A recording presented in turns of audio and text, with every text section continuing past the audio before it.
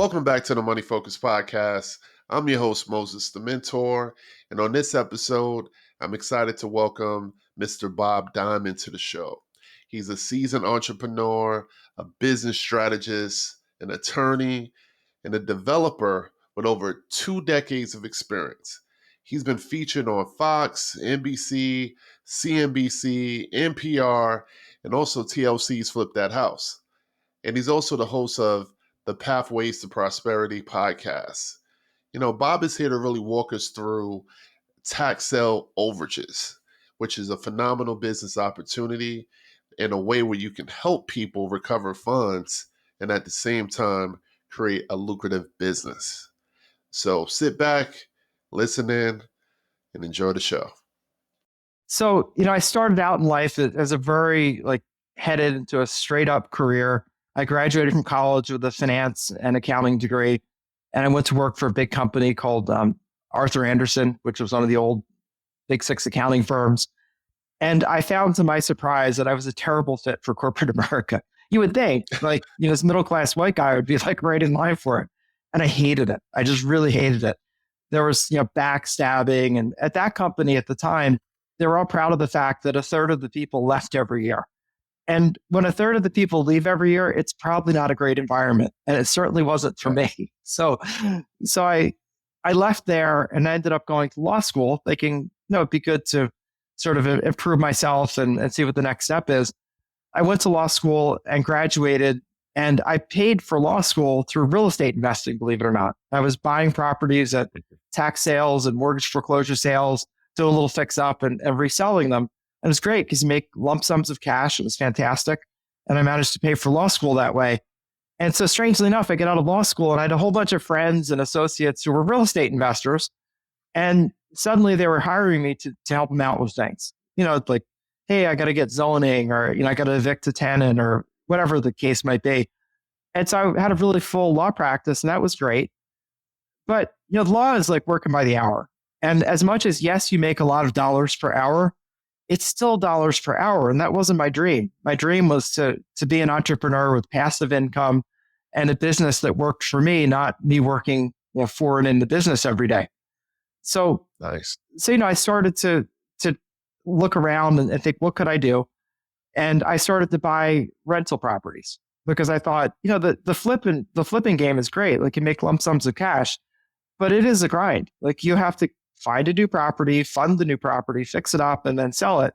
I thought, well, that's not quite right because I want to have passive income. And if I'm really going to work for the future, I got to get rentals. So I started doing that. And that was the beginning of my journey. And eventually I found this little niche that I'm operating in now, which is just the craziest thing. It's called overages. And the way that it works is when a property is sold at a foreclosure auction. Now, it could be a tax foreclosure because you didn't pay your real estate taxes, or it could be a mortgage foreclosure because you didn't pay your mortgage. When the property sells for more than the amount that's owed, there's extra money left over. And that extra money is available for the former homeowner to claim. So if you think about it, it makes sense. Let's say that you owe 3 years worth of taxes and they sell your property. If we took an average house in America, which is about $400,000 these days, you probably have about an $8,000 a year tax bill. Go over 3 years past due, it's $24,000 in principal, plus penalties are high. So let's just double it and say you owe $48,000 in taxes. Well, it's only $48,000 in taxes against a $400,000 property, right? So there's a big spread. And as you probably know, tax sales are competitive. It's not like properties go for nothing.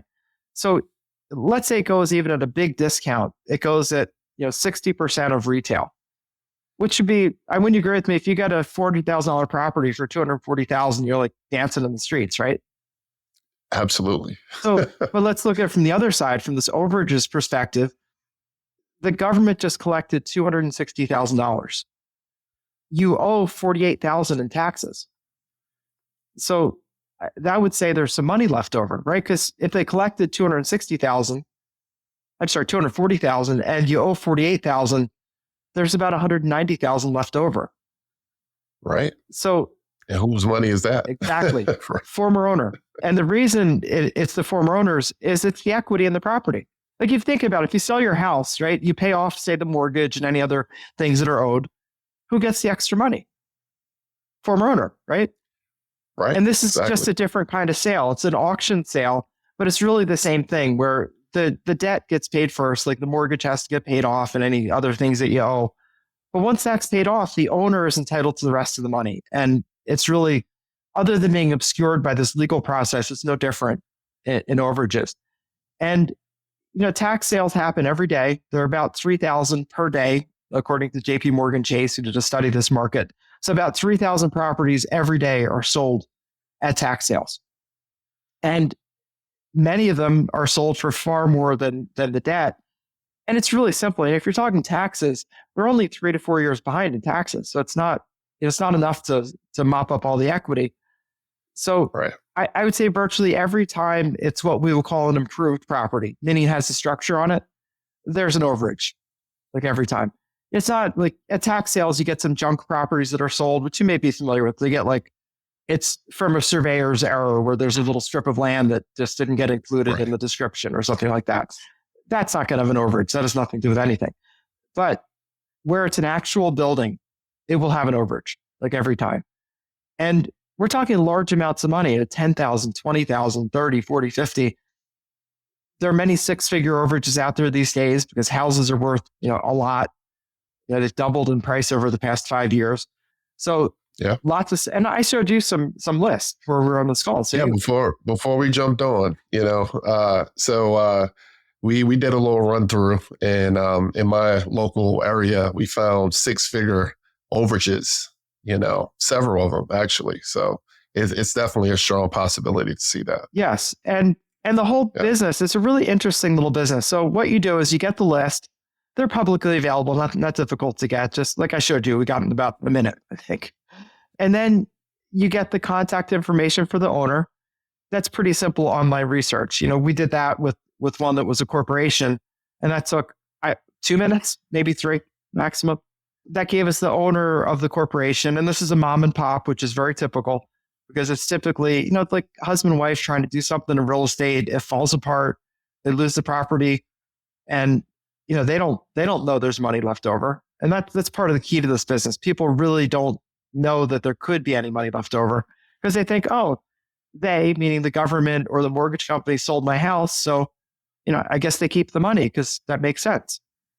Yeah. Either that, or they're just not familiar with the fact that, like you mentioned, even though the home is being sold at a discount, it's still a premium based upon the delinquent tax amount is. Yes. So I think people at that point, they just feel like they're being stripped of it, and it's probably might be embarrassing to them. They just trying to figure out some other things, other factors in their life, and because I can't see someone willingly letting this money sit. And that's where, the folks that take part in your program and start a business can actually come in and help and save a lot of people from this financial windfall. That's people just don't know it. And I have to tell you a somewhat embarrassing story. So here's my history, like mathematically speaking. So I started learning how to buy properties at tax sale in 1989. So a long time ago, like some dinosaur age. And I was buying properties, and then I switched to buying at mortgage foreclosure auctions because there were frankly nicer properties at mortgage auctions, and sometimes the tax sale properties are pretty run down. And in the fix and flip business, I was better off in better neighborhoods. So, and I go to law school in 1993. So that's sort of my history. And I was still buying, as I said, I paid for law school through real estate investing. So I was still buying properties actively. I didn't know a thing about overages, not a thing. It wasn't until 2005, 10 years later, after I graduated from law school, it wasn't until then that I even became aware of overages. And at that point, I'd been to hundreds of tax and mortgage foreclosure auctions, watched millions and millions of dollars get created. And it never occurred to me, so I would go to an auction. I'm like all excited. I'm prepared to bid on a bunch of properties. Hopefully I'd get a property or two. And then I'd run off and start my process of rehabbing it and getting it set to sell. What I didn't think about is, the county just sold 50 properties today. I wonder what they do with all that money. They collected, $5 million. What do they do with it? I didn't think about it because it has nothing to do with me, right? So I'd never gave it a thought. Yeah. And it wasn't until 2005 when one of my clients came into my office and he had lost a property at a tax sale. He was a small developer. And he said, I want to try to get this property back. He said, I was in a bad financial spot, so I let it go, but I'd like to get that property back. And it's just some raw land. So as an attorney, you look at these things and say, well, is there a technical defect in the sale? Like they can't prove that they notified the person, or some T that's not crossed or I that's not dotted. So I said to my client, let me go look at the file in the courthouse and let's see what I can do. So I looked at the file and everything was in place. Like he had gotten notice of the sale. He had signed for the certified mail. You know about it. I'm like, you're done. There's nothing I can do here. But I said to him, I said, one interesting thing. I said, you owed a couple $1,000s in the property in taxes, and it sold for $22,000 at the sale. And I said, I think, just in thinking about it, that you should be able to get that extra money back because they needed the money to pay the debt, but the money over and above that, I think you should get. And I said, I don't like great. So it just made sense. Why should they get that? So I went down. This is in Philadelphia, Pennsylvania, where I'm from, and I went to the sheriff's office who holds the sales, and I said, hey, there's some extra money here. Can I have it back for my client? And we went back and forth for 3 or 4 months because I guess apparently no one was even trying to get any extra money back. And finally, they just cut me a check because they're like, yeah, it makes sense. We don't need the extra money, and here you go. Here's a check. And I can also tell you at that point, didn't think of it as a business, just a client matter that I handled successfully. But get my client at that point about $9,000 back. He was happy, surprised, and it's like, at least it's better than nothing. So fast forward a couple of years, and I had another client named Rick Dawson, who I was doing tax lien investing with. And I was doing some real estate work for him. And he started telling me about this overages business. And I said, what's an overages business? And he said, well, I get these lists of monies that are left over from tax sales. And then I contact the people, tell them there's a windfall they could get. And for a percentage, I go get the money for them. And I was like, what list are you talking about? And he showed me a list, like I showed you, a list of monies left over from the sale.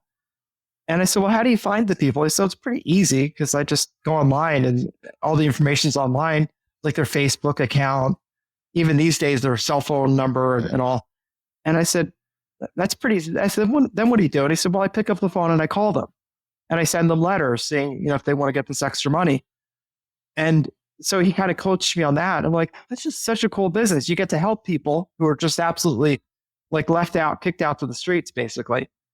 Yeah. And pretty much. And it's cash money, which, to me, the connection between investing in passive income real estate and cash money is that you need money for down payments, you need money for fix up, you just need cash.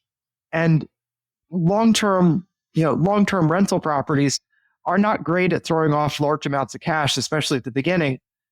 They're more great at taking cash up, and you need the down payment, you need all that stuff. So I thought I could marry these two businesses together where I have the overages that's making lump sums of cash, and then the rental properties, which is just passive income, because most months with my rental properties, I don't have to do anything. And the marriage of those two businesses is magical because you could do things like you buy a nice rental property, say in a little bit better neighborhood. So you get these lump sums of cash and you can pay down that mortgage. And if there's one thing I know, as much as I'm a lawyer, not a mathematician, free and clear properties really cash flow. Absolutely. And absolutely. Normally it takes years to get a property to that point as a free and clear property. So, in this, you can accelerate that to a really short time period. And I would say for most people, if you had 10 free and clear, like middle-class rental properties, you could retire, right? You're gold. You could do nothing else. Of course you would, because you continue to buy properties, but you wouldn't have to. Right. Because you're probably making 10 to 15,000 a month, depending on your tax bill and all that stuff, before you got up out of bed. And right. And you'd have net worth, because these days you're probably talking about properties that are worth at least a couple $1 million, $3 or $4 million. So if you ever wanted to cash out, you could just sell them and walk away a multimillionaire. Be in great shape. Yeah, no, I think this overage business, it sounds exciting. It also sounds like it's not a high amount to enter the business, at all. So let's talk about for folks who are that have a 9 to 5 that might be potentially be looking to escape that rat race like you did when you said, hey, this is not for me.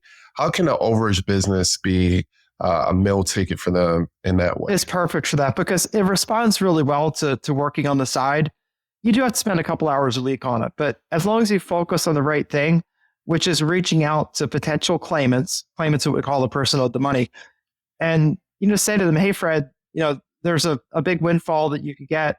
My company, has found this money with your name on it. Our business is that we go and get that money. If it works out, we get a percentage. If it doesn't work out, it doesn't cost you a penny. I don't need a deposit. I don't need any money from you. I just need written permission to go pursue this. And we're off, and I will pursue it like a hungry dog after a rabbit. I'll be after it. And, it's a great pitch because you're not asking them to put up money. You don't need their bank account. You don't need their social security number because these are real estate taxes, not personal income taxes. You really just need them to meet with a notary for 15 minutes to check their ID, make sure you got the right person, and to just sign the papers. And a couple of the papers are notarized. And so their whole commitment is spend 15 minutes giving you written permission to go do this and just verifying you have the right person. That's all you need from them. That being said, this comes across the first time you call someone as, oh, this must be a scam because this sounds too good to be true. Yeah, it does sound too good to be true, but sometimes things are true. And what I reiterate to people is we're not asking you for money. We're not asking for your credit card or your bank account information. I just need your written permission to go do this. And I need to just verify that I've got the right person because, I can't get the money for the wrong person. So just meet with the notary for 15 minutes and we'll make sure everything's legitimate and you're good. The other thing you have to remember, because we think of it from our side as entrepreneurs, like, well, why would anybody believe me? These folks are really in a bad financial shape. They're in such bad financial shape. They lost their property, most likely their home, to tax foreclosure or mortgage foreclosure. And that just tells you they're hurting. It's not a mystery. They're hurting financially. So it's really appealing to want to believe you. They have a magnetic draw that they want to believe you, but they're a little scared. So the answer to that, by the way, just be nice to them. This isn't like a boiler room stock sale. You got to, the money that's going up this afternoon, you got to wire money now. It's nothing like that. Or else. Yeah, or else. And this is, you have in most places 3 years or so to claim the money. Some places, like we talked about earlier, 5 years in your state, but mostly it's around 3 years. So this isn't something where you have to get it done by tomorrow. There's time. At the same time, you don't want to leave money that belongs to you sitting out there because it might be appealing for someone else to try to steal it or something. But you don't have to put that pressure on them, and just don't. It's not, they've already been through enough. You sort of alluded to it earlier. These people have been through it. I mean, it's really emotionally difficult. They are embarrassed, like you said earlier. They're traumatized because losing your house and getting kicked out on the streets by the sheriff is traumatic stuff. Yeah. And so just be nice to them. As long as you can be nice to them and patient, you'll do fine. Now, will everybody say yes? Absolutely not. It's just people. You can't make them do what's good for them. Sometimes they will, sometimes they won't. But all you're investing is a phone call or a stamp to send them a letter. It's just not a big investment. And just remember, some will, some won't. You do the best that you can, but you can't help everybody. And that's okay. It's just life. It's the way it is. Right. What about some of the economic conditions that we're facing right now, with inflation, maybe a new government in place? How do these impact the overages business overall? Is this a good time? Yes, hugely more lucrative. And a couple of things are going on. The first thing is it is hard economic times, especially for people at the bottom, because I know I went to Costco the other day and somehow I spent $411 and I barely picked anything up. It all fit in a box basically. And I was like, that's a lot of money. And for me, it's an observation. I do well financially. It doesn't mean that I switch what I'm buying. But for people who are struggling, counting every dollar, it's a huge difference. Because, they tell us inflation's tamed. I'm like, nonsense. That bill at Costco would have been $300 last year, not $400. And, I know that because it's just, I had my car repaired the other day. It had for whatever weird reason, the side airbags went off. I had no idea why, but they did. It was Mhm. $9,000 in repairs. And I was just like falling over in shock. And all it did was replace the side curtain airbags and some associated stuff. I'm like, Wow. that is a lot of money. It's a whole lot. And again, for me, it's just I just write the check and it's not a big deal. But for people at the bottom, which are the people losing houses at tax sales, it is a catastrophe. And more people are losing their houses to tax sale. More people are losing their houses to foreclosure auctions. And it's just become many more deals. But the other thing that's going on that's really interesting, that these two things happen at once, housing prices have pretty much doubled within the past 5 years. Like if you look 5 years ago, houses were about 225,000. And today, the latest number I saw from Federal Reserve is 428,000. So it's approximately doubling. Oh. And what that means is that houses sell for a lot more money at auctions, both mortgage foreclosure and tax foreclosure, which means there's a much bigger overage available. And we were looking at the overages, we were looking at $70,000 deals, $80,000 deals. I think we looked at $186,000 deal. I don't think you noticed there are two deals over $1 million on that list. I was so excited at the six figure, I probably didn't even see the million. There's $1 million. That's the first I've seen of that, by the way. This is a new thing that's coming up where we're seeing deals on an irregular basis, not regular, but we're seeing deals from time to time now over $1 million, which I've never seen before. And it's just a function of the property values going up, so people pay more at the sale. And it's creating these huge lump sums of money that makes it far more lucrative than it used to be. It was always good, but now it's like amazing.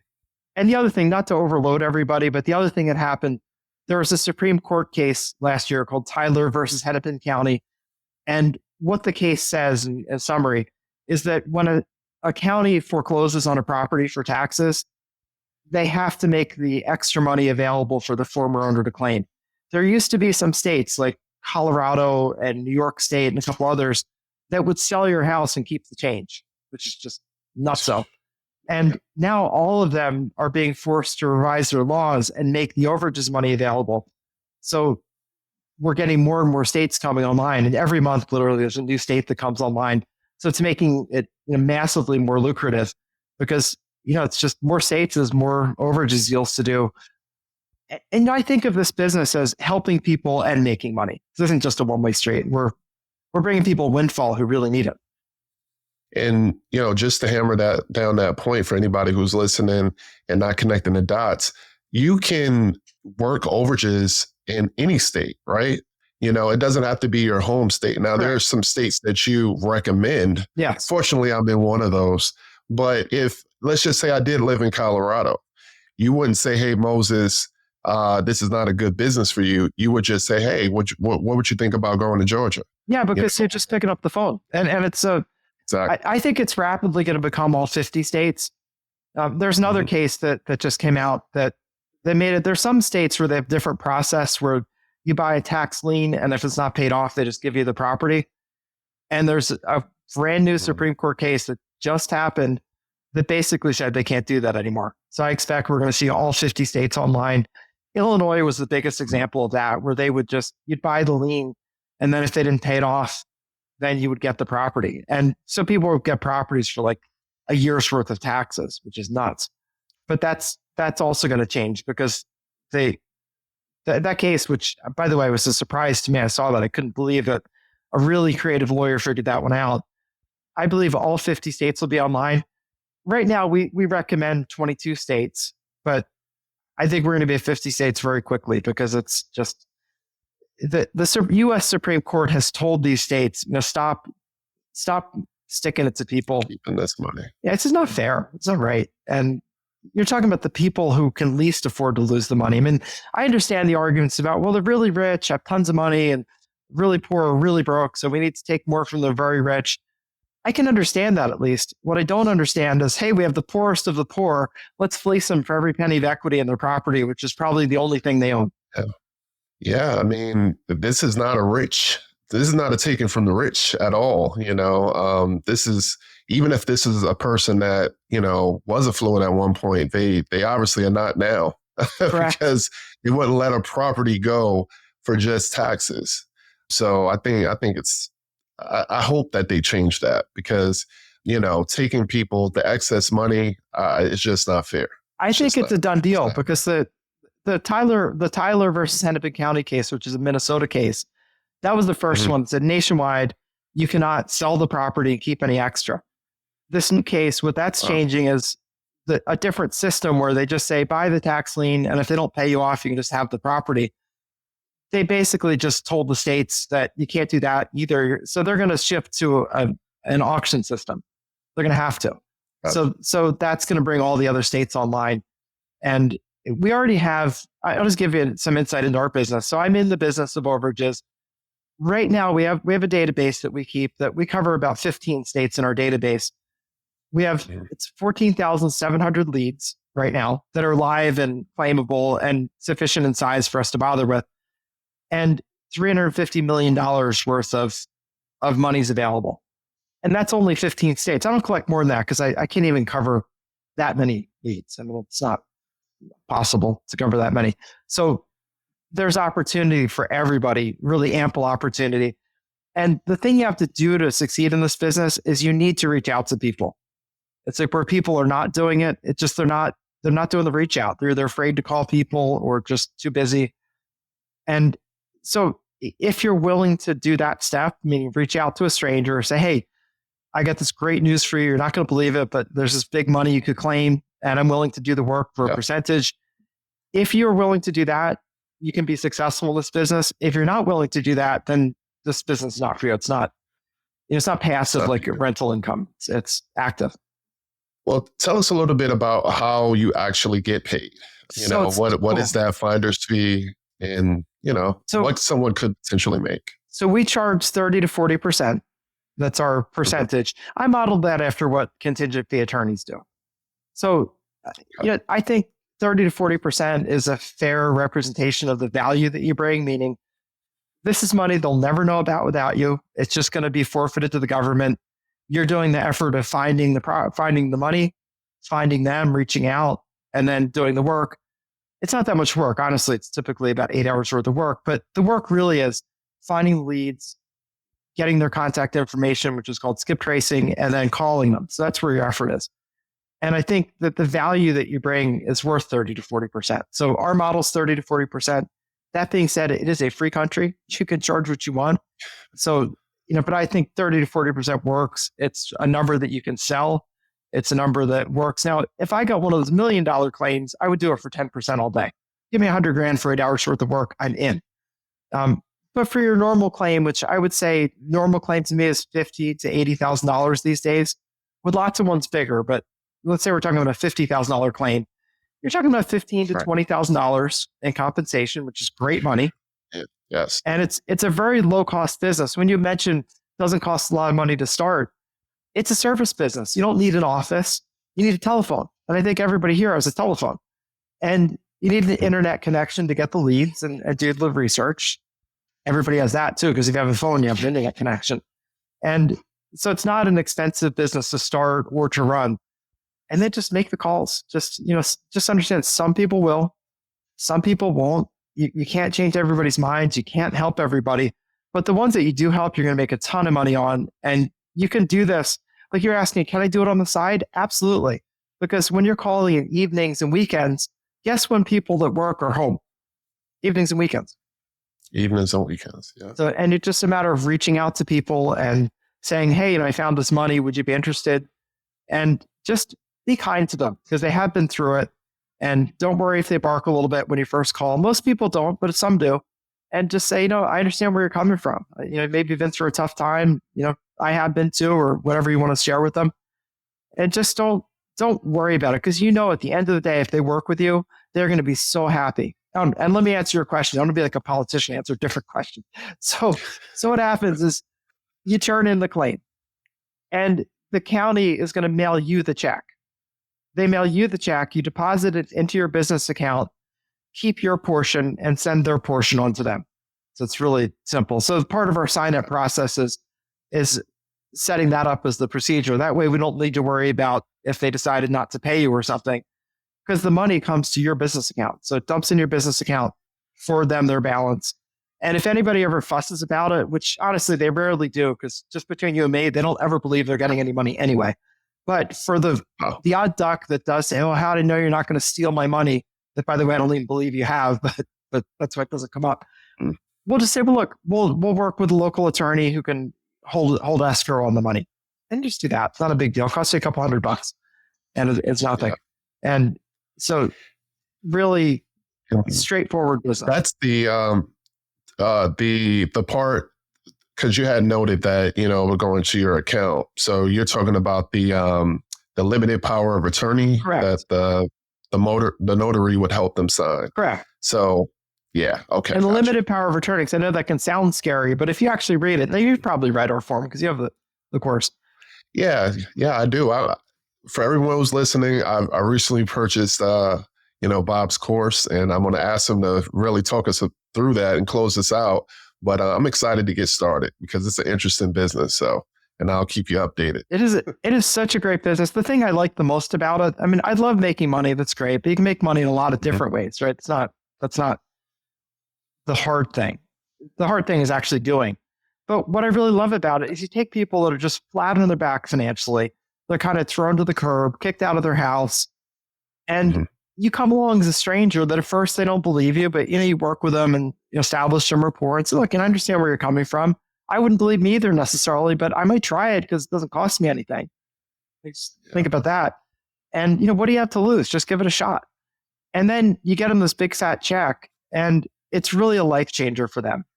I mean, when you get someone who's flat broke and you get them a check of 30, 40, $50,000 that they had no idea was coming. We get people who are literally homeless back into housing again. Mhm. We get people who are depressed and distressed and unhappy and feeling bad. Like, you know what? I got my down payment back on my house that I gave. So I'll just think like I rented the house for all those years. Could think of it that way. Yeah. It's a game changer. And I just like that because in the real estate investing, especially when I was buying like pre foreclosures, I found it hard to say to people and feel good about it.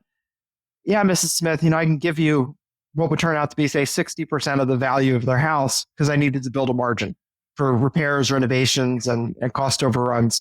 That's Hard to feel great. I mean, I did it because that's the math, but it's not like they'd really like. I'd feel great about paying 90% of the value, but you can't do it because the math doesn't work.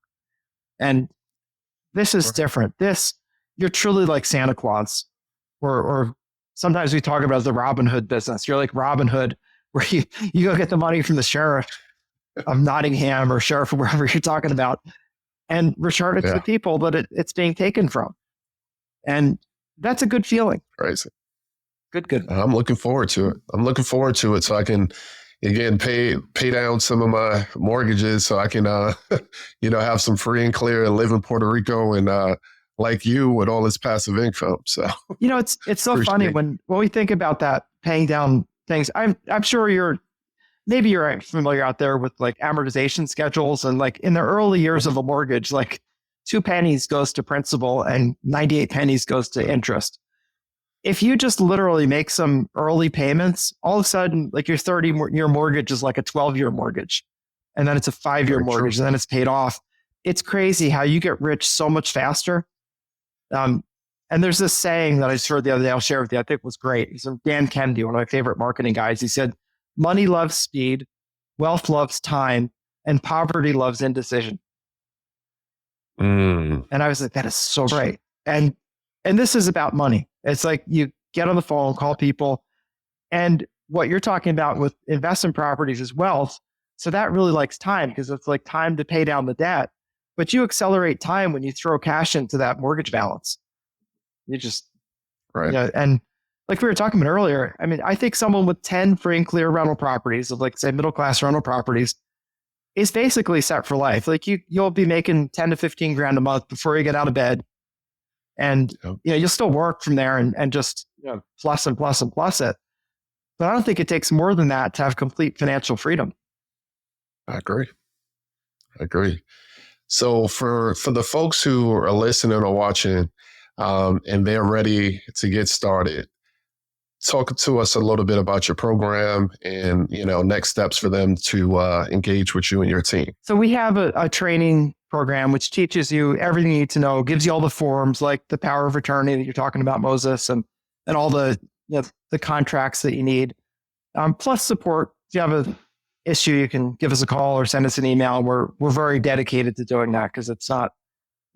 I know that people have questions and it'll stop you if you don't have someone to answer it. So we answer questions and help you out. The best way to find out all the details about it is I have a longer presentation. It's like 90 minutes where I really go through the business in detail. And my goal with that is to help you figure out if it's right for you.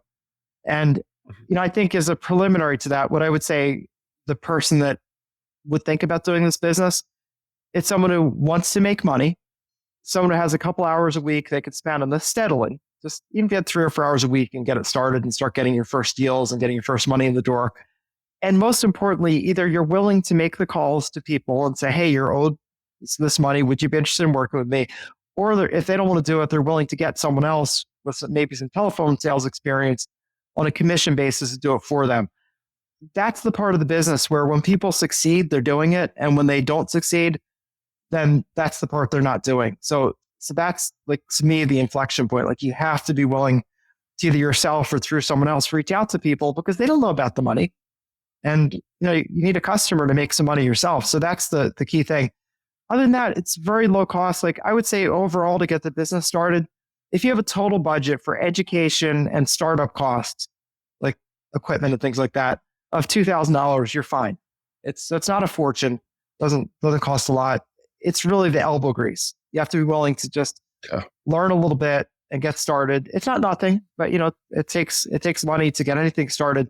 But I also like about this business, the operating costs are just nominal. From month to month, really what you're going to have, let's assume you have a phone because you don't need to get a phone. You have an internet connection, so that's nothing. Really, the month-to-month cost is just a skip tracing service, which is a service that helps you get the contact information for people, about $30 a month. So you can operate a whole business for $30 a month. And the deals, as I said, are typically, the core of our deals are $50,000 to $80,000. So you're talking about a minimum of $15,000 to $20,000 per deal in profit. If you did one deal a month, you'd be crushing it. Like, $120,000 to $180,000 a year. That's almost like the 10 free and clear homes. Yeah. Be just like an appreciation. But if you took, as far as your income, let's say you took that money and let's say you made $120,000 and say, I'll take $60,000, put it into my mortgages. Mm-hmm. I think in a very short time, you'd have a bunch of free and clear houses. Because again, as soon as you put a big principal payment down, all of a sudden your monthly mortgage payment goes way more to principal than interest. And I think you could realistically make like a 5-year plan to retire as a multimillionaire. You could do it a lot less than that, but just very conservatively retire as a multimillionaire with monthly income, 10 to 15 grand a month before you get out of bed.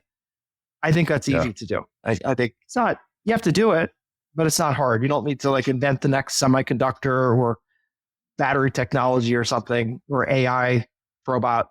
You just have to make some calls. That's your whole helping people along the way. Yeah. So that's the cool part. What could be better than that? It's just, you're helping people who just have no friends. Because the other thing I can tell you is that to a person, all of these people lose their house at tax sale. When they were about to lose the house, they called up their friends and their family and said, hey, I need $10,000 to save my house. Could you help me? And they didn't get the money. For whatever reason, they didn't get the money. And so they're feeling pretty depressed and distressed and friendless. And, when you're broke, you don't have as many friends. When you're throwing parties and everything's great, everybody comes over for the tailgate. But when you're broke, not as many, even if people invite you. I had one of my clients said, I used to have a normal life. Like my friends would invite me out to go to a concert or to dinner.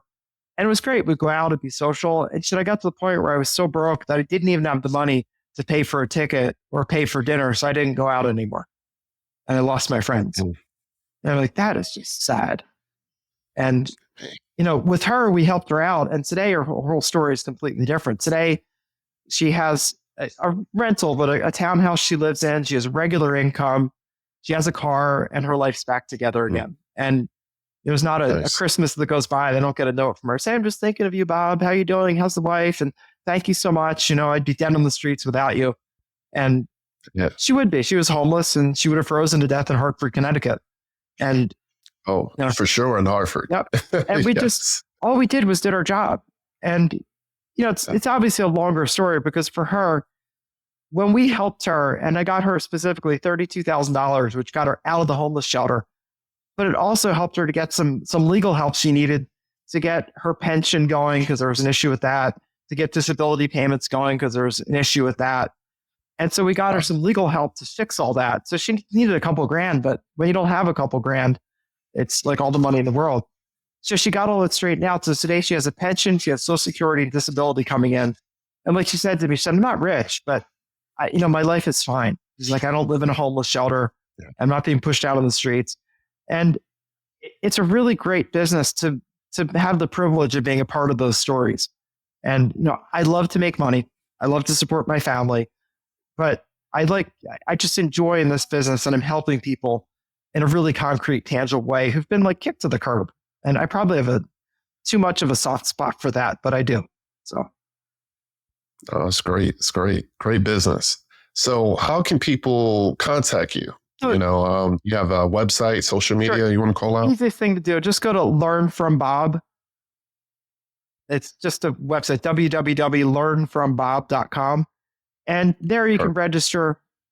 It's just you put in your email and name, and we'll send you an invitation to a 90-minute presentation where I really go into business in detail, show you what's involved. It's a pretty straightforward business, but obviously everything has details. Everything has things to it. I've given you the highlight tour, but there's more stuff to give you, and I can give it to you in that format. And then your job is decide, hey, is this for me? At the end of that presentation, if you want to talk to someone, our office phone number is there. You can just give a call and talk to Christine or Mike or one of the other folks. And I know you've interacted with Mike Moses because when you go into support, that's Mike Vetrano. That's our guy that's head of support. You can talk to one of them, ask them questions, tell them about your situation. And if it's suitable to you, give it a try. It's not an expensive business to try. And even with one deal, you'd more than cash out what you invested in it. And, as I say to people, you'll find out if it's really for you at that point. You'll have made some money. You'll learn. And, in life, as long as we're moving forward, we're kind of like a pool ball. We can bounce off there and pivot and end up getting a ball in anyway. But if you don't hit the ball, you can't score. Just can't. Exactly. Exactly. Invest in yourself, so if you're making this investment into starting this business and you make, your money back on your first deal, hey, that's still an investment. The ROI is there. You've made your money back and more. And then we didn't talk about it much. I don't want to keep extending it, but, you can essentially then use a VA to do a lot of that grunt work. And we do. And part of what we give you with the course is a VA guide that shows you how we use our VAs. So I have virtual assistants, and most of people probably know what a VA is, but just in case you don't, it's a person who works typically overseas, like from the Philippines or one of those places. Our Filipino virtual assistants work for about $6 an hour. They get the list. They get the contact information for the people we need to call. And then I have outsourced salespeople here in the States that pick up the phone and call people and say, hey, there's this money we found. Would you be interested in working with us? They make the calls. And then when the person says yes, then I have a team that puts together the paperwork. It's not particularly hard to put together. They put together the paperwork. They send it out with a notary, gets signed. My team gets it back. They submit it to the county. And typically 4 or 5, 6 months later, we get a check. And then we split up the money, give the person who lost the property their portion, keep our portion. And it's a pipeline business. You keep filling your pipeline. And you can pretty much predict how much money you're going to make. I mean, just based on if you sign up $50,000 this month, then you've pretty much lined up a $15,000 to $20,000 paycheck 4 or 5 or 6 months down the road. It takes a while. Counties don't move that quickly. So the way I think about it, I fill my pipeline. I try to put a couple deals. If I were you, I try to put a couple deals a month under contract. And after 5 or 6 months, all of a sudden you're getting a couple checks a month. And it's just this flow. It's just literally a pipeline. We're just a flow. And that's the way to handle the business. And what I love about it, there's just not these big operating costs. Like I was sharing with you earlier, so I have a commercial property in Philadelphia that is like the bane of my existence right now. It was a restaurant and shared office space. The restaurant survived the pandemic. Shared office space never came back. Like I'm like 40% vacant. And so I'm having to redevelop the property, and I'm putting together a plan for that. I've got a plan. It's great. It takes about $400,000 to do the renovations I have to do to repurpose the building. But in the meanwhile, I'm negative cash flow about $15,000 a month. So guess who has to put the $15,000 a month in to support the building? Me. You. And I've got a couple $1 million in loans. They're all personally guaranteed, so I need to do it. In the meanwhile, how do I do that? Well, I have an overages business where I can do that without it, draining my savings or doing anything else. I don't like it. Like I'd love to have the thing fixed, but it's going to take a year to fix that building, meaning to, find a new purpose, which I did, renovate it, and they get the new purpose filled up and running. But you got to get from here to there. Yeah. And so this is a great business to supply the cash that you need. I also think if you're trying to escape the 9-to-5, which I did, the key to it is get a side hustle going like this so that you replace your job income before you give notice at work. Because once you're making, like, say you're making, the overages, say making 10 grand a month in overages, so it's 120,000 a year. If that meets your bills that you have to pay, it's no stress to go say goodbye to your boss. Hey, it's been great being here. I loved it. Oh, it's lovely, but I'm doing some other things and I'm off. That's no stress. That's a great plan. And especially if you have a full pipeline at that point, where you're like, look, dude, I got, $500,000 worth of deals in the pipeline.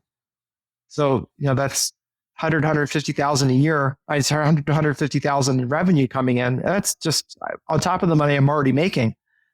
It's not stressful to leave your 9-to-5 at that point. Wow. Now I'm motivated. I want to get $1 million in the pipeline. Let's do that. If you think about it, so we looked at that list, right? That list had, I'm just going off memory, 186,000. We looked at 186,000, 70,000, 80,000. So let's say between the three of those, that's 300,000. Mm-hmm. Literally, if you could get like 10 deals under contract, there's your $1 million under contract. There we go. And there we go. So it's feasible. It's just, the other thing I would say, I gave you that saying, money loves speed, wealth loves time, and poverty loves indecision. It's go get them under contract and start the timer running, because that's, once those things are in the hopper, you turn them into the county. There's not really much else to do. It's like waiting for your income tax refund. It doesn't matter if you call the IRS 53 times. They're going to give you a refund. You get it when you get it. Right. And, get it when you get it. And they do it. It's not, these counties are not trying to keep your money. It's just that behind the scenes, they're bureaucracies. They have a bunch of policies and procedures to follow. They follow it. They pay out the money, and just assume that it's between 4 and 6 months. Sometimes it's shorter, but I just assume that because I'm always conservative in my planning. And once you start working in a couple of counties, which is all you need to work, then you'll get to know the people, what their process is, how fast they work. But I'm just telling you, as a generic, 4 to 6 months is the typical time I expect. So literally, if you fill up, say you put $1 million under contract in the next 3 months, I would say 6 to 9 months from now, you're talking about getting, let's say, $300,000 to $400,000 out in revenue. Man. That's real money. Yeah. Yeah, no, I'm on it. I am on it, Bob. Good. So thank you so much. You get out of your own way, because it's easy for us to get in our own way, or like, oh, they're going to think I'm a scammer, or think all the bad things that you think could happen that generally never will ever happen. But we think of those things. Just get out of your own head and think about them. Think about that person that needs your help, that has been thrown to the streets, and you're their lifeline. And that works. That works. Well, thank you so much, Bob. I'm going to go ahead and put your website in the episode notes. Excellent. So anyone that's watching or listening, make sure to check Bob out. And he said it's a 90-minute webinar or a 90-minute video. So. Approximately. And you can, I mean, you can go through the first 35 or 40 minutes and you'll definitely know whether this is for you or not, for sure. Yes. And after that, I just get into more details because if you're really interested in the business, you really do want to know the details. So I just take you through Absolutely. the details of like skip trace and getting people, getting lifts and all that stuff. Because I think that in making a decision about something to pursue, my best customer is someone who's informed and getting into it, knowing what they're getting into. Like I've been telling you today, your challenge here is just getting past the skepticism. That's what it is. The rest of it's pretty straightforward. Do I need to educate you? Yes. I need to tell you the best states to work in, the best kinds of deals, all that stuff. But at the end of the day, the leverage point is making calls, reaching out to people, understanding it's like playing baseball. The best baseball players in the world, they'll get a hit 3 to 4 times out of bat, right? They get up 10 times. Yep. If they get like four hits per 10 times at bat, they're literally in the all-star game in the Hall of Fame. And right. In overages, you can be in your own all-star game and Hall of Fame, at least with your family from the money you're making. If you could hit 3 or 4 times, you would be a superstar. Even if you only hit 1 out of 10, you will do great. Because again, we saw that. Let's say you get these $70,000, $80,000 deals, you get 1 out of 10. You talk to 10 people and you got one of them to sign up, and that's going to result in a payday somewhere between $20,000 and $30,000. Yeah. Would you talk to 10 people to make $30,000? All day. All day. Exactly. So yeah, it makes sense. So I love the business. And like I said, there are lots of reasons I love it. Ones I'd share with you that may resonate: low startup costs, low operating costs. You can do it on the side, make sure it's working for you, get some money in the bank before you quit whatever else you're doing to pay your bills. And it can work for anybody. I mean, retired people do this. People just struggling with like managing everything in life do it. You do need to have a couple hours a week for it. Like 3 to 4 hours a week is fine, but you got to work it. And those 3 to 4 hours, you should primarily be reaching out to people. And it'd be hard pressed for someone to say they don't have 3-4 hours a week. We all do. Yes. Yeah. So, I mean, it's pretty much going to be up to you, and putting that work in to get on the phone and, because it's still a process, but, it's not for everyone. I know when I watch, Bob's video, I mean, my wife and I, our jaw dropped within 10, 15 minutes. I know he's saying 30 minutes. So we were sold. So I hope everyone takes the time to listen and watch. They're very thorough. They're going to really break it down piece by piece with all the details. And it's really kind of up to you at that point. Yeah, I try. I think of treating people like I'd want to be treated. Like, I just want to know, what's the deal with this business? What are the challenges? What's the opportunity? And so when I do a presentation, I'm just trying to think, what would I want to know if I were in that person's shoes? And I'll tell you, if I had known about this business when I started in foreclosure investing, I would have retired. I'm not retired, but I would have been able to retire, because I could retire now. I'm just not interested in retiring years earlier. Because I used to go to the auctions, and there was one guy named Newman. And this is back when Seinfeld was big, and Newman was like this funny character on Seinfeld. And the dude, he would totally bid at the auction just because I was bidding. And I used to get so mad at him because he seemed to have endless amounts of money, and I'd bid and he just wanted to chase me away. And so he'd always bid when I did. And I was like, I just hated Newman. And I realized that today, knowing what I know now, I love Newman, because that dude is just throwing cash into the bucket that I can go and get his overages money. I'm like, Newman, can I get you a line of credit with a bank? Because I want you to spend millions every month. And I just realized what used to frustrate me was just this huge opportunity that I couldn't take advantage of because I didn't know about it. No other reason. And got it. And it's this crazy feel-good business that the one thing you have to do is just call people, talk to them, be willing to do that, and just understand everybody won't sign up, even though like you do your best to help people. It's like teenagers. You see a teenager going down the wrong path, you're like, no, stop, let me help you. And sometimes the teenager just won't listen. Yeah. You do the best you can in life. That's what I think. Well, yeah, I agree. Thank you so much, Bob. Like I said, all your information will be in the show notes. I just really appreciate your time, your passion for the business, and the passion for helping people. It's really clear. That's why we jumped in and joined your program. So I'm looking forward to sharing my success stories with you, and also for the audience to tap in and start their journey. Thanks, Moses. Thanks for having me. And I want to wish you the best of luck. And, we're here to support you when you're getting your deals under contract and getting them through. And I love to see checks with like happy clients. Like I'm picturing you with a nice big check. Say, I just got $80,000 meaning for someone else and they got 50, I got 30. I can't believe this just happened. And looking forward to it. That's what's out there. So thank you. Thanks for having me. And look forward to seeing everybody else on the presentation.